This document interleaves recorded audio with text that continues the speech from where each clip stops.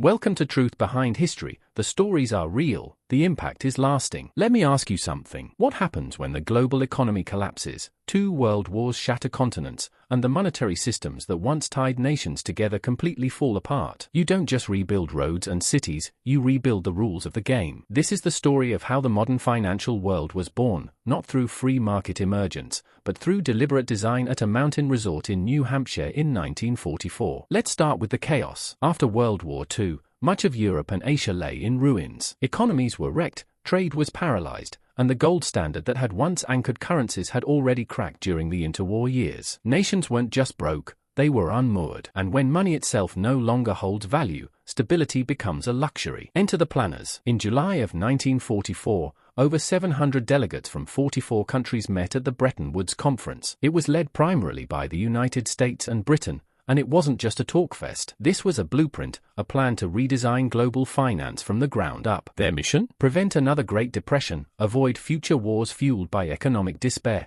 and ensure stable, predictable currency exchange. But instead of returning to a gold standard, they created something new, 2 institutions designed to manage, monitor, and, some would say, control the flow of global capital. First came the International Monetary Fund. The IMF was tasked with stabilizing exchange rates, helping countries manage their short-term payment imbalances, and offering guidance, sometimes unsolicited, on economic policy. It was pitched as a kind of financial lifeline. But who held the rope? Then came the World Bank. Originally called the International Bank for Reconstruction and Development, it had a clear job: rebuild Europe. But as we'll see later, it didn't stay in Europe. Its focus quickly expanded to financing massive development projects across the global south, from highways and dams to entire national budgets. Together, the IMF and World Bank formed the backbone of the post-war economic order, a new kind of empire, not ruled by kings, but by capital. And while the stated goals were peace and prosperity, the long-term consequences, well, that's where the story really gets interesting. Let's take a closer look at what happened next. After World War II, the International Monetary Fund and the World Bank were introduced as temporary tools, emergency scaffolding to hold up collapsing economies. But here's the twist: those scaffolds didn't come down. Instead, they grew into towering institutions that started building, shaping, and even micromanaging entire nations. Let's talk about mission drift. Originally, these institutions were supposed to help countries recover from the war. But over time, their mandates expanded. What began as a short-term rescue operation evolved into a permanent position of authority, watching over the global economy like referees who kept rewriting the rulebook. And that expansion came with strings attached. Take the IMF. By the 1970s and 80s, its loans weren't just about cash. They came with conditions. Harsh ones. Countries in need of emergency funds were suddenly required to overhaul their policies, slash government spending, devalue currencies, and open their markets fast. The IMF wasn't just a lender anymore. It became a global disciplinarian, enforcing economic orthodoxy under the banner of stability. Then there's the World Bank. Its focus narrowed to infrastructure, big projects with even bigger price tags. Think dams,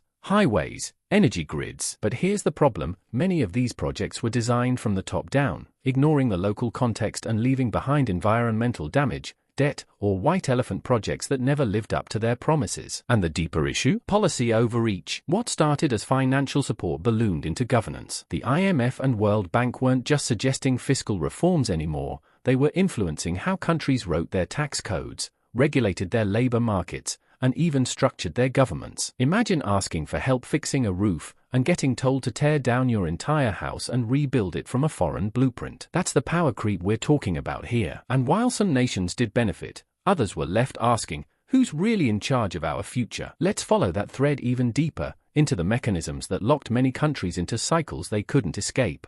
All right, let's break down the debt trap. Imagine this: your country is in crisis, inflation is spiraling, unemployment is rising, and your currency is falling like a rock. You turn to the International Monetary Fund or the World Bank for help, because honestly, what other choice do you have? That's the setup, and it sounds reasonable on the surface. But here's the catch: these loans aren't like borrowing $20 from a friend. They come with fine print, lots of it, and at the center of it all is something called structural adjustment. Now, structural adjustment programs, or SAPs, are sets of economic reforms that countries must implement in order to qualify for aid. Think austerity measures, aggressive market liberalization, currency devaluation, privatization of state assets. In theory, it's about making economies more efficient. In practice, it often means gutting social programs, laying off public workers, and triggering price shocks overnight. Let's call it what it is, a one-size-fits-all model. And when you apply a uniform formula to widely different economies, the results can be devastating. Public services get slashed, education,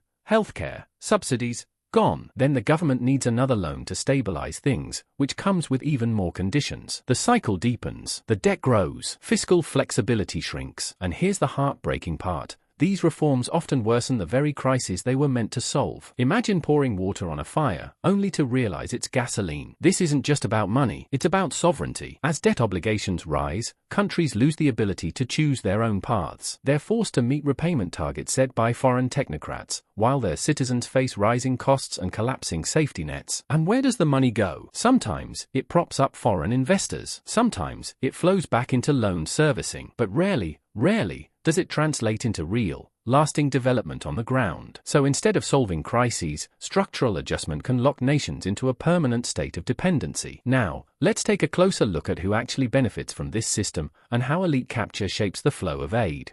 Let's get real for a moment. When a nation signs a deal with the IMF or World Bank, who's actually sitting at the table? Usually, it's not the farmers, the nurses, or the street vendors. It's not the people who will feel the impact of those reforms. It's the officials, the ministers, the elites. And that matters, because what we see time and again is that international aid, even when well-intentioned, often flows through the hands of entrenched power and stays there. This is what we call elite-centered lending. Agreements are made with governments, but those governments don't always represent their people. In fact, in many cases, the aid ends up reinforcing the status quo, strengthening those already in power, while the average citizen is left navigating the fallout of economic restructuring. Now, let's add politics to the mix. Funding is rarely neutral. In practice, it often follows political priorities, both domestic and foreign. This creates a bias toward prestige projects over practical solutions. Think giant stadiums, flashy highways, or massive dams that make for great photo ops, but may not actually serve the local population's most pressing needs. Meanwhile, the failures? They get swept under the rug. When development programs flop, and many do,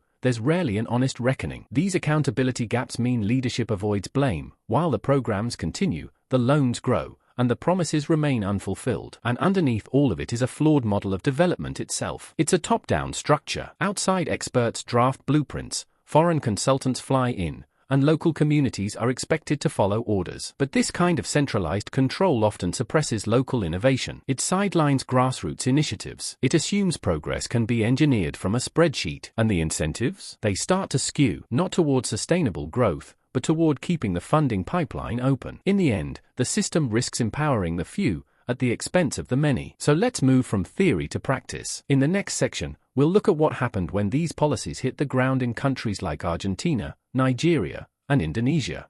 Let's take all the ideas we've explored so far and put them to the test. What actually happens when the IMF and World Bank step in to rescue a country? What does it look like on the ground? Let's start in South America, with Argentina. In 2001, Argentina faced a full-blown economic collapse. Inflation was soaring, unemployment was rampant, and protests filled the streets. The government had borrowed heavily from the IMF and, in exchange, implemented severe austerity measures, slashing public spending and tightening the belt to meet foreign debt obligations. But the results? Catastrophic. Instead of recovery, Argentina spiraled into default. Banks froze citizens' savings. Poverty exploded. Riots broke out across the country. And in the end, the IMF's reputation in Argentina was left in tatters, not just because the advice failed, but because people felt the cure was worse than the disease. Now jump to West Africa, Ghana and Nigeria. Here, the story takes on a different shape but follows a familiar rhythm. Structural adjustment programs were implemented throughout the 1980s and 90s. The public sector was gutted. State-run services like healthcare,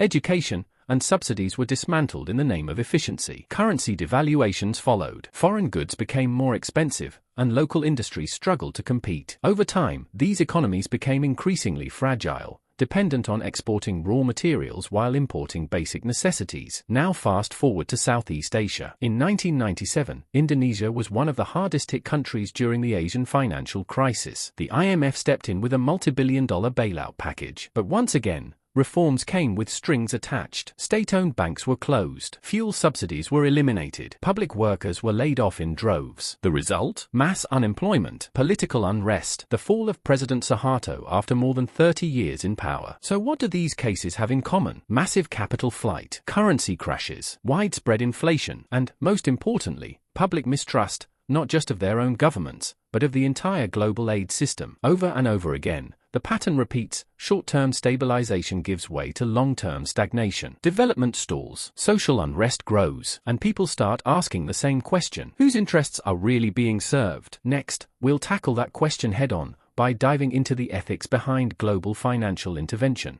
It's one thing to ask whether a policy works, it's another to ask whether it's right. When the IMF or World Bank steps in with a loan, the intention might be economic recovery. But good intentions don't always translate into good outcomes. So let's talk about the moral side of this. Because here's a harsh reality: the poorest often pay the highest price for policies they never approved, and that were never designed with them in mind. Take austerity. Governments are told to cut spending to reduce deficits. Sounds responsible, right? But what does that actually mean? It means hospitals close, schools deteriorate, food and fuel subsidies vanish. Suddenly, families can't afford to eat, children can't get an education, and healthcare becomes a luxury. The most vulnerable, those already living on the edge, are pushed off the cliff. And yet, while the poor suffer the consequences, the decision-makers rarely do. That's one moral blind spot. Here's another. Aid can create dependency. When nations rely on external funding to meet basic needs, long-term planning starts to fade. Local innovation is sidelined. Community solutions are ignored. And over time, a cycle emerges, one that replaces self-sufficiency with perpetual reliance. Now add geopolitics into the mix. Many loans aren't just about economics,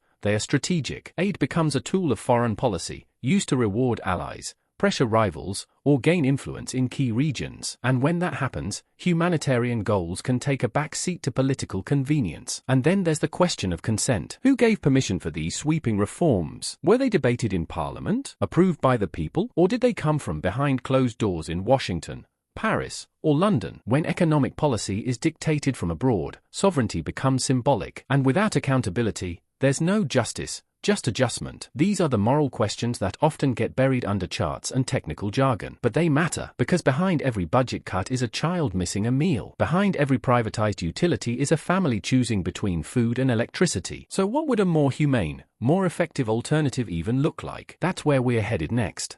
What if the answer isn't bigger aid packages, but smaller, smarter steps? What if the solution to global poverty doesn't come from a boardroom in Washington, but from a village entrepreneur with a shovel, a smartphone, or a sewing machine? Let's talk about decentralization. In contrast to the centralized, top-down aid models we've been exploring, decentralized development puts power back into the hands of individuals and communities. It favors local knowledge, voluntary cooperation, and entrepreneurial initiative over massive state-driven infrastructure and foreign intervention. Let's take microfinance as an example. Instead of billion-dollar loans to governments, microfinance offers small, targeted loans to individuals, often women, who want to start or expand a small business. We're talking sewing shops, fruit stands, fishing boats, modest investments that yield real, lasting results. Not flashy, not geopolitical, just effective. Then there's voluntary sector innovation. In many countries, local charities, cooperatives, and businesses are solving problems faster than bureaucracies ever could. They know the terrain, they understand the culture, and they're held accountable, not by creditors, but by the people they serve. Even remittances, money sent home from migrants working abroad, often do more to reduce poverty than international aid. Why? Because it goes directly into households. No middlemen, no red tape, no strings attached. And when markets are liberalized, when trade barriers fall, when local entrepreneurs are allowed to thrive, innovation tends to flourish. Jobs are created, wealth grows, and dignity is restored, not because of a grand development plan, but because people were finally free to build their own futures. Now, none of this is a magic bullet. No system is perfect, but decentralized approaches come with something the global aid system often lacks: humility. They assume that people know what they need better than distant officials. That solutions don't need to be imposed, they need to be unleashed. And most importantly, they recognize that freedom, economic, personal, and political, is not a luxury. It's the foundation of real development. So as we approach the final slide, let's step back and ask a bigger question. After 70 years of global aid, who's actually benefiting? Let's pause and take a step back. We've followed the story from the post-war creation of the IMF and World Bank through decades of policy shifts, mission creep, structural adjustment, and moral dilemmas. We've seen how money intended to help the poor often empowers the powerful, how the promises of prosperity sometimes leave behind dependency, disillusionment, and debt. So the question that lingers isn't just what went wrong, it's who benefited. Was it the citizens promised development, or the elites who signed the deals? Was it the poor communities promised growth, or the foreign contractors, consultants, and institutions who got paid either way? And beyond all of that, was this really about economics, or was it about influence? Because when aid becomes a lever for control, when policy advice becomes political pressure, and when global development turns into global management, we have to ask, is this charity or strategy? Now, this doesn't mean we abandon compassion. It means we take it seriously. Real aid should respect sovereignty. Real development should start with freedom. And real change doesn't come from institutions alone. It comes from people who are free to innovate,